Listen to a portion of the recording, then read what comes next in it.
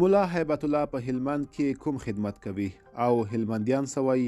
ملګرو که تاسو هم غواړئ په پوره جزئیاتو پوه شئ ویډیو تر اخره وګورئ او زموږ چینل هم سبسکرایب کړئ. د هلمند شمالي او سویلي ولسوالیو کې ګڼ شمېر پراختیایي پروژې پیلېږي. د هلمند محلي مسؤلان وایي چې د اسلامي امارت د مشر هیبت الله خونزاده په لارښوونه به ډېر ژر د دغه ولایت په شمالي او سویلي ولسوالیو کې پراختیایي پروژې پیل کړي. که څه هم د هلمند محلي مسؤلانو د دې پروژو لپاره ځانګړې شوې بودیجې کچه نه په ډاګه کوي، خو زیاتوي چې د یادو پراختیایي پروژو لړۍ به د هلمند شمالي او سویلي ولسوالیو وروسته د دې ولایت نورو سیمو ته هم وغځېږي.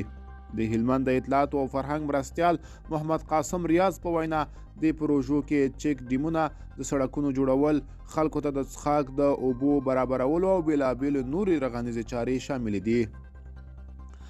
نوموړي وویل د شیخ ملا هیبت الله خونزاده د یو ځانګړي هدایت پر بنسټ به ډېر ژر د هلمند په شمالي او سویلي ولسوالیو کې د دولتي امکاناتو پر مټ چې هیڅ موسسه او مرستندوی بنسټ به یې ملاتړ نه کوي بېلابېل انکشافي پروژې پیل کړي او دا لړۍ به په تدریجي ډول د هلمند له شمالي ولسوالیو څخه سویلي ولسوالیو ته هم وغځېږي.